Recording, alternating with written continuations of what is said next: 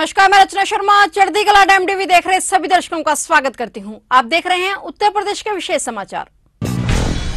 आज मई दिवस के अवसर पर लोक भवन लखनऊ से उत्तर प्रदेश के ई पेंशन पोर्टल का शुभारंभ हुआ है। आज उत्तर प्रदेश के मुख्यमंत्री योगी आदित्यनाथ ने ई पेंशन पोर्टल का शुभारंभ किया है। इस मौके पर सीएम योगी ने सभी प्रदेशवासियों को हृदय से बधाई एवं शुभकामनाएं दी। इस मौके पर संबोधित करते हुए सीएम योगी ने कहा कि इससे प्रदेश के 11,50,000 कार्मिक सीधे सीधे लाभान्वित होंगे। यह ईज ऑफ लिविंग का ही हिस्सा है।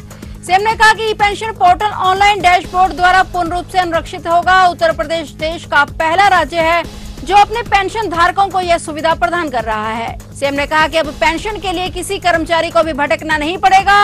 आदरणीय प्रधानमंत्री मोदी जी की प्रेरणा से प्रदेश ने विगत 5 वर्षों में तकनीक का अधिकाधिक उपयोग किया है और इसी का परिणाम है कि प्रत्येक क्षेत्र में परिवर्तन देखने को मिल रहा है। ई पेंशन पोर्टल इसी प्रक्रिया का एक हिस्सा है ताकि अपने जीवन को और सरल बनाया जा सके। तो मैं सबसे पहले आप सबको और प्रदेश के सभी उन श्रमिकों को, उन नागरिकों को, उन सभी कार्मिकों को जिनके श्रम से प्रदेश विकास के पथ पर अग्रसर हुआ है, लोक कल्याण के पथ पर आगे बढ़ा है, उन सबको मई दिवस की हृदय से बधाई देता हूं। और आज इस अवसर पर यहां पर उत्तर प्रदेश शासन के द्वारा ई पेंशन पोर्टल का शुभारंभ भी किया जा रहा है, जिससे प्रदेश के 11.5 लाख कार्मिक सीधे सीधे लाभान्वित होंगे। मैं इस अवसर पर आप सबको हृदय से बधाई देता हूं, आप सबके प्रति अपनी शुभकामनाएं भी देता हूं। वास्तव में तकनीक कैसे व्यक्ति के जीवन में परिवर्तन ला सकती है। 2014 में जब प्रधानमंत्री मोदी जी ने देश की बागडोर संभाली थी, उस समय भी उन्होंने पूरे देश का आह्वान किया था कि हमें एक भ्रष्टाचार मुक्त व्यवस्था के लिए तकनीक का अधिक से अधिक उपयोग करना चाहिए। सामान्यतः जैसे लोग छोटी घटना मानते हैं, यह आवश्यक नहीं कि वह घटना जो हमें छोटी लगती है लेकिन जिस पर बीतती है उसके लिए भी छोटी हो। उसके लिए तो वह घटना ही अपने आप में बड़ी होती है। और इसलिए अपनी समस्या के समाधान करने के लिए व्यक्ति को क्या क्या नहीं करना होता है, इन सभी परेशानियों को ध्यान में रख करके और प्रधानमंत्री मोदी जी की प्रेरणा से प्रदेश ने विगत 5 वर्ष के दौरान तकनीक का अधिकाधिक उपयोग करके हुए प्रदेश के 24 से 25 करोड़ लोगों के जीवन में कुछ व्यापक परिवर्तन लाने की जिस एक अच्छी मंशा से कार्य प्रारंभ किया, आज उसका परिणाम भी जीवन के प्रत्येक क्षेत्र में देखने को मिल रहा है। और अपने उन सभी पेंशन धारकों के लिए जो इस समय पेंशन प्राप्त कर रहे हैं या जिन्हें पेंशन प्राप्त करना है, इन सभी के लिए आज ई पेंशन पोर्टल इसी प्रक्रिया का एक हिस्सा है, जिससे आपके जीवन को और सरलीकरण किया जा सके। और हम कह सकते हैं यह ईज ऑफ लिविंग का ही एक हिस्सा है, व्यक्ति के जीवन को सरलीकरण करना। मुझे लगता है आप में से बहुत सारे लोग ऐसे रहे होंगे जिन्होंने अपने से पूर्व के लोगों को खूब इस देश से परेशान जरूर किया होगा। उत्तर प्रदेश में बिजली संकट के बीच में भी मुख्यमंत्री योगी आदित्यनाथ ने त्योहारों पर बिजली आपूर्ति को सुचारू रखने के निर्देश दिए हैं। सीएम योगी आदित्यनाथ ने रविवार को टीम 9 के साथ समीक्षा बैठक में अधिकारियों को प्रदेश में बिजली की मांग तथा आपूर्ति में भी समन्वय बनाने को कहा है। मुख्यमंत्री योगी आदित्यनाथ ने कहा है कि अक्षय तृतीया, परशुराम जयंती और ईद के अवसर पर प्रदेश में बिजली आपूर्ति सुचारू रखें, कहीं पर भी अनावश्यक कटौती न हो। और इसके साथ ही उनका निर्देश है कि सभी धार्मिक स्थलों के आसपास स्वच्छता, पेयजल आदि के प्रबंध किए जाएं। लोगों की सुविधाओं का ध्यान रखें। मुख्यमंत्री ने कहा कि बीते दिनों की दिल्ली यात्रा के दौरान की गृह मंत्री अमित शाह के साथ ही ऊर्जा मंत्री और रेल मंत्री के साथ बिजली आपूर्ति के संबंध में सकारात्मक बातचीत हुई है। तीनों माननीय मंत्रीगणों ने पूर्ण सहयोग का आश्वासन दिया है। उत्तर प्रदेश में अब तक धार्मिक स्थलों पर बिना अनुमति लगे करीब 46,000 लाउडस्पीकर हटाए जा चुके हैं और वैध तरीके से लगे करीब 59,000 लाउडस्पीकर की आवाज धीमी की गई है। यूपी के एडीजी कानून व व्यवस्था प्रशांत कुमार ने बताया कि इस अभियान के तहत शनिवार तक 46,000 के करीब लाउडस्पीकर हटाए गए हैं और 58,861 लाउडस्पीकर की ध्वनि अनुमेय सीमा के भीतर लाई गई है। इसके साथ ही उन्होंने दावा किया है कि बिना किसी भेदभाव के सभी धार्मिक स्थलों से लाउडस्पीकर हटाए जा रहे हैं। वहीं यूपी अपर मुख्य सचिव गृह अवनीश अवस्थी ने बताया कि धार्मिक स्थलों से अनधिकृत लाउडस्पीकर हटाने और अन्य की आवाज को अनुमेय सीमा के भीतर निर्धारित करने के लिए एक राज्यव्यापी अभियान सोमवार 25 अप्रैल से शुरू हुआ था। उन्होंने बताया कि इस संबंध में 30 अप्रैल तक जिला स्तर के अधिकारियों से अनुपालन रिपोर्ट भी मांगी गई थी। अनुपालन रिपोर्ट जिला स्तर के अधिकारियों द्वारा भेजी जा रही है और अवस्थी ने यह भी बताया कि आने वाले दिनों में भी यह अभियान जारी रहेगा। उल्लेखनीय है कि मुख्यमंत्री योगी आदित्यनाथ द्वारा पिछले हफ्ते वरिष्ठ अधिकारियों के साथ कानून व्यवस्था की समीक्षा बैठक के दौरान दिए गए दिशा निर्देशों के आधार पर यह कार्रवाई की जा रही है। सीएम योगी ने कहा था कि हर किसी को अपनी अपनी धार्मिक आस्था के हिसाब से पूजा और इबादत करने की आजादी है, लेकिन लाउडस्पीकर की आवाज परिसर के बाहर नहीं जानी चाहिए ताकि दूसरे लोगों को इससे कोई परेशानी न हो। सिद्धार्थनगर जिले के सदर थाना क्षेत्र में गाड़ियों की चोरी आए दिन हो रही थी, जिसको लेकर एसओजी व सदर पुलिस गाड़ियों की तलाशी में जुटी हुई थी, जिसमें चेकिंग के दौरान 5 अंतर जनपदीय चोरों को गिरफ्तार किया गया है। चोरों के पास से 2 बोलेरो, 1 स्कॉर्पियो, 3 मोटरसाइकिल, 7 मोबाइल व एक 315 बोर का तमचा, 1 कारतूस चोरों के पास से पुलिस ने बरामद किए हैं। पुलिस अधीक्षक डॉक्टर यशवीर सिंह ने प्रेस कॉन्फ्रेंस दौरान बताया कि ये सभी चोर किसी जिले में पहले किराए पर मकान लेते थे, वहां 2-3 महीने रहकर कपड़ों की फेरी लगाते थे और साथ साथ गाड़ियों की रेकी भी करते थे, जिसमें जो बाहर गाड़ियां खड़ी मिलती थी उस पर हाथ साफ कर देते थे और इन गाड़ियों को झारखंड, बिहार व दिल्ली में बेचा करते थे। इन चोरों के गैंग का नेटवर्क इतना मजबूत था कि उनकी पकड़ दिल्ली, बिहार व झारखंड के परिवार विभाग में भी थी। पुलिस की इसे बड़ी कामयाबी मानते हुए गिरफ्तार करने वाली टीम को 20,000 का इनाम दिया गया।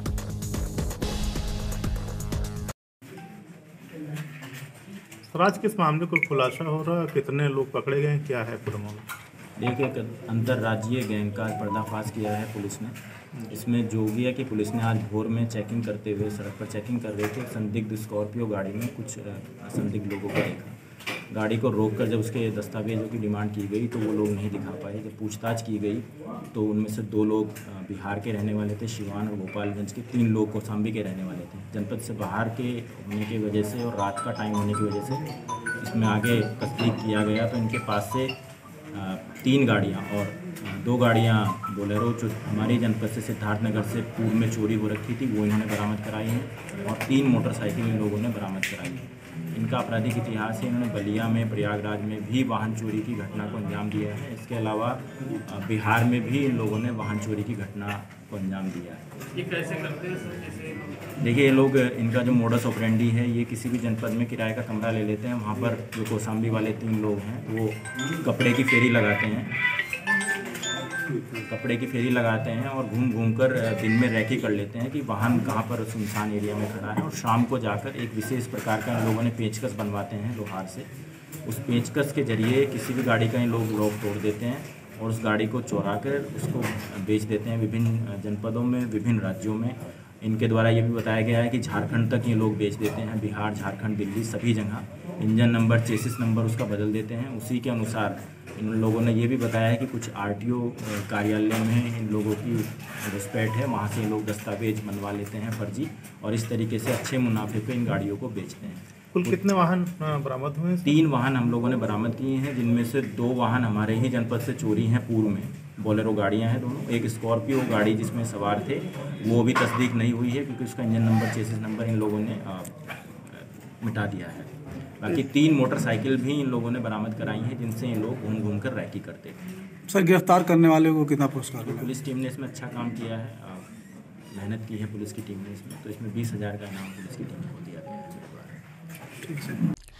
सिद्धार्थनगर जिले में प्रदेश सरकार के मंत्रियों का जमावड़ा रहा। मंडल के प्रभारी मंत्री आशीष पटेल के साथ परिवहन मंत्री दयाशंकर सिंह के अलावा उच्च शिक्षा राज्य मंत्री श्रीमती रजनी तिवारी भी मौजूद रही। मंत्री ने सबसे पहले बंसी कस्बे के मलिन बस्ती के राप्ती नगर वार्ड की निरीक्षण किया और इस मौके पर मंत्रियों ने बारीकी से हर पहलू को जांचने के लिए हर लाभार्थियों से मिलकर सरकार की योजनाओं के बारे में जानकारी ली। इसके बाद तीनों मंत्रियों का काफिला बांसी कस्बे में बने कान्हा गौशाला का निरीक्षण करने पहुंचा। मीडिया से खास बात करते हुए कैबिनेट मंत्री आशीष पटेल ने कहा कि वे प्रदेश सरकार की योजनाओं की जानकारी ले रहे हैं। इनमें जो भी कमियां होंगी दूर की जाएंगी।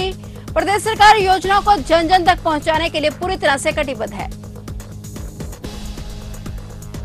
आपने ये दौरा किया है, क्या उद्देश्य इसके पीछे? देखिए, माननीय प्रधानमंत्री जी ने गरीब कल्याण की 2014 से जो योजनाएं प्रारंभ की थी, वास्तव में वो धरातल पर पहुंच पा रही हैं, जरूरतमंद को मिल पा रही हैं या नहीं मिल पा रही। प्रदेश सरकार विकास की जो योजनाएं चला रही हैं, वास्तव में वो जरूरतमंदों को मिल पा रही हैं और उनकी गुणता क्या है, ये सब स्थलीय निरीक्षण करने के लिए मुझे बस्ती मंडल में माननीय परिवहन राज्य मंत्री, माननीय उच्च शिक्षा मंत्री मैडम रजनी तिवारी जी को, तीनों लोगों को भेजा गया है। और हम लोग कल पूरे दिन बस्ती में, आज दोपहर तक बस्ती में एक एक प्रमुख स्थलों को जाकर के स्वयं देखे हैं।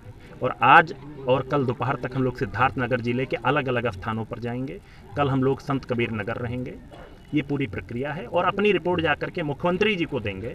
और जो अच्छे कार्य होंगे उनकी प्रशंसा होगी और जो कहीं कमी पाई जाएगी उसको दुरुस्त करने का और उनमें दोषियों को सजा देने का काम। अच्छा, तीनों मंत्री को एक ही रिपोर्ट देना कि अलग अलग रिपोर्ट? नहीं, तीनों लोग, हम लोग एक टीम है, तीनों को एक साथ वो करना है। अच्छा, यहाँ का निरीक्षण आपने किया? एक मिनट, यहाँ का निरीक्षण आपने किया है, आपने क्या देखा? कुछ इशू को लेकर के आपने अधिकारियों को निर्देश दिया था? इसमें तीन बातें बड़ी स्पष्ट समझ लीजिए। आवास अधिकतर पात्र लोगों को मिल चुका है और आवास से संतुष्ट हैं। किसी प्रकार की कोई भी उनसे न रुपए की मांग की गई, न किसी, जो पिछली सरकारों में होता रहा है, किसी प्रकार की मांग नहीं की। आपने स्वयं देखा है, राशन भी मिल रहा है सबको और भी जो प्रदेश सरकार की योजनाएं हैं उनको मिल रही हैं। ये हमारे लिए लगता नहीं है कि जो भी योजनाएं हैं वो आकांक्षी जिलों में नहीं पहुंच पाती है। मैं पहले एक विषय को ख़त्म कर लूँ। दूसरी बात, जैसे कुछ विकास की कहीं पर नाली नहीं बनी है, जो नए आवास बने हैं या कुछ है, उनको दूर करने के लिए मैंने जिलाधिकारी महोदय को कह दिया है। 2-4 महीने में पूरी प्रक्रिया पूरी करके वो भी दूर होगी। नहीं, डीएसओ को लेकर के डीएम साहब से कुछ आप कह रहे थे, क्या? तो डीएसओ को मैंने ये कहा था कि अगर डीएसओ रहते तो तत्काल हम लोग हल कर देते। अब हम शाम को जब बैठक में मिलेंगे तो उस समस्या को हल करेंगे। हम लोग अगर यहाँ पर आए हैं तो हम लोगों को ये नहीं है कि 4 दिन की प्रक्रिया अपनाएं। जो तत्काल हल करने वाला हो उसको हम देन एंड देयर हल करना चाहते हैं। इसलिए मैंने कहा कि डीएसओ को रहना चाहिए, तत्काल हल करना। जैसे ग्रामीण अंचल की जो सड़कें हैं वो पूरी तरह जर्जर हैं, 5 साल की सरकार रही, फिर 5 साल सरकार रहेगी, उस पर आप क्या कहना चाहेंगे? अगर जहाँ तक मैं जिन जिलों में रहा हूँ, घूमा हूँ, टहला हूँ, मुझे तो सड़कों में बहुत ज़्यादा कमी कहीं नहीं दिखाई दी। अगर इस ज़िले में कोई कमी है तो हमारे जिलाधिकारी महोदय बहुत एक्टिव हैं, मैं इनके बारे में जानता हूँ।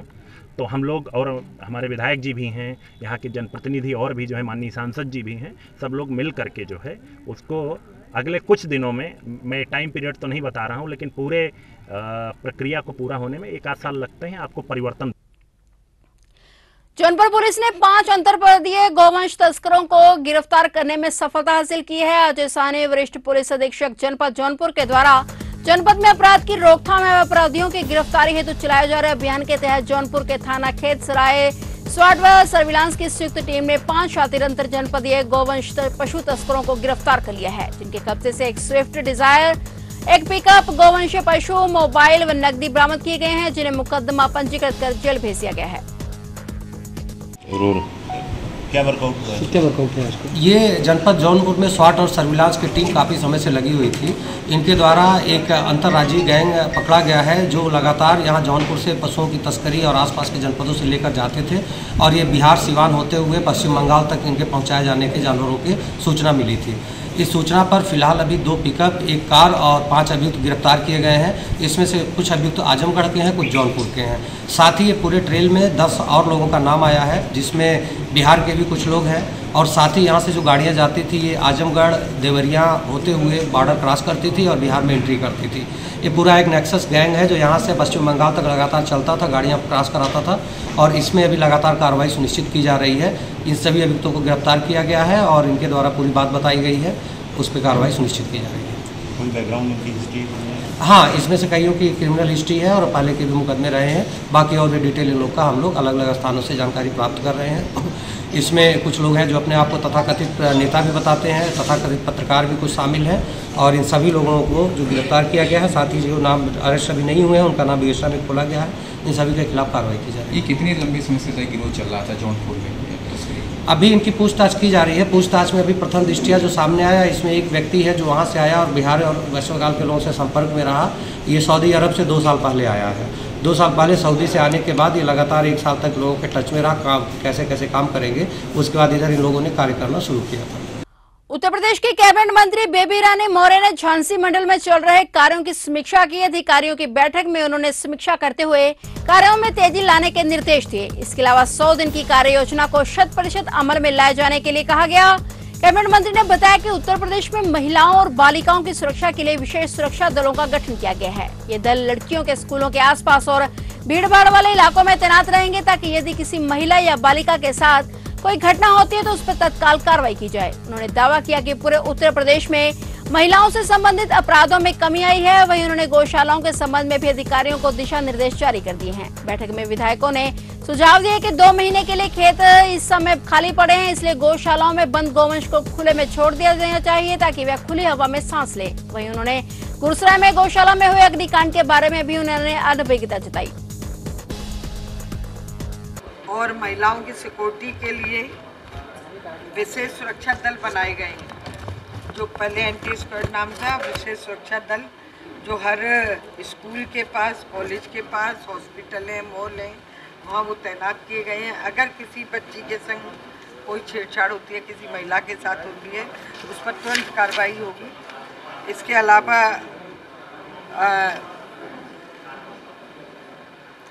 महिला अपराधों में कुछ कमी आई है। बहुत सारे अपराधियों के खिलाफ कार्रवाई भी की गई है। पॉक्सो एक्ट में भी कार्रवाई की गई है।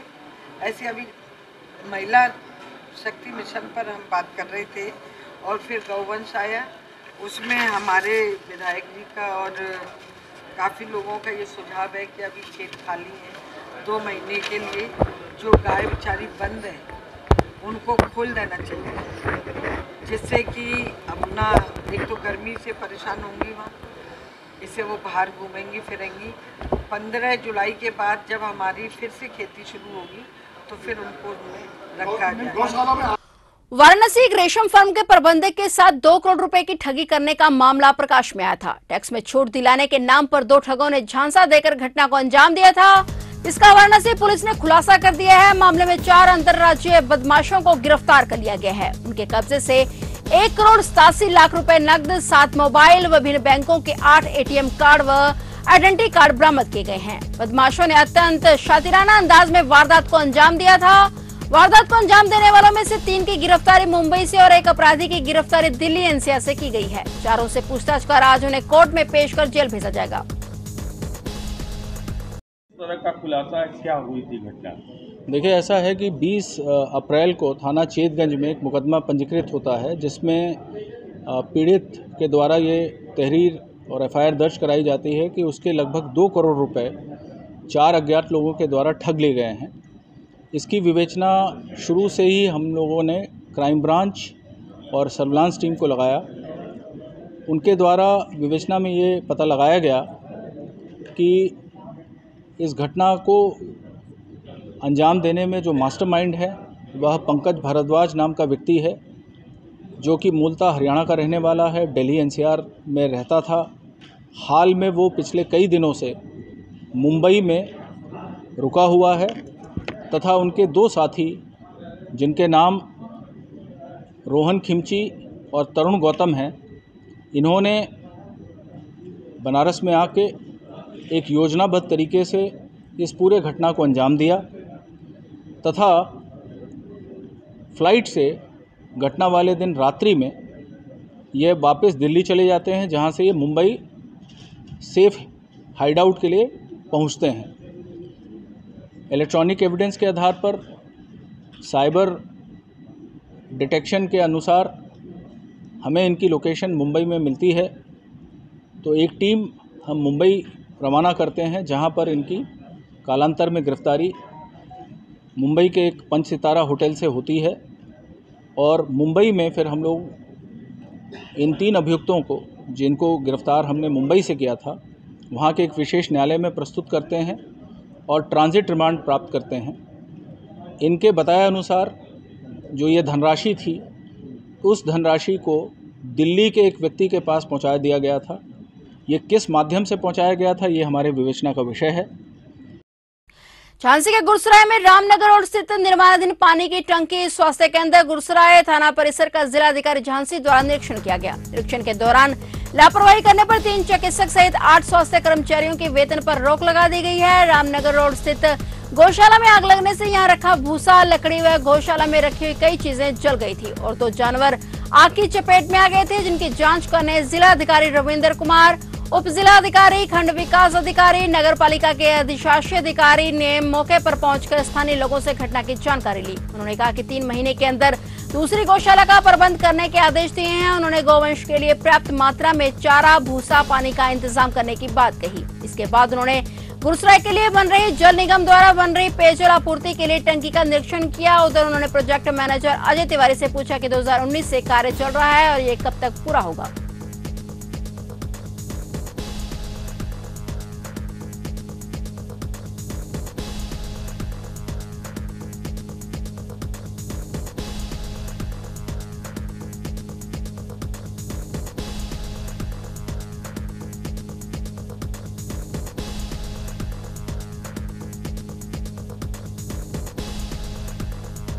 पौने 9 बजे गौशाला का निरीक्षण किया गया था। उसके बाद गुरसराय और गरौठा पेयजल योजना है, वो अंडर कंस्ट्रक्शन है, उसका निरीक्षण किया गया और 9:30 के आसपास में अभी CHC गुरसराय पर है। निरीक्षण के क्रम में कहीं पे अच्छी बातें भी मिली हैं, कहीं पे कमियां भी मिली हैं। गौशाला के संबंध में कुछ धनराशि आई है, कुछ बाकी है, उसके लिए हम सरकार से रिक्वेस्ट करेंगे। जो पेयजल योजना है उसका कंस्ट्रक्शन धीमा पाया गया, उसमें भी बताया गया कि धनराशि पूरी नहीं मिली है, बट जितनी मिली है उसके सापेक्ष में धीमा पाया गया है। उसको जल निगम से हम परस्यू करेंगे। अभी CHC गुरसराय पर हैं।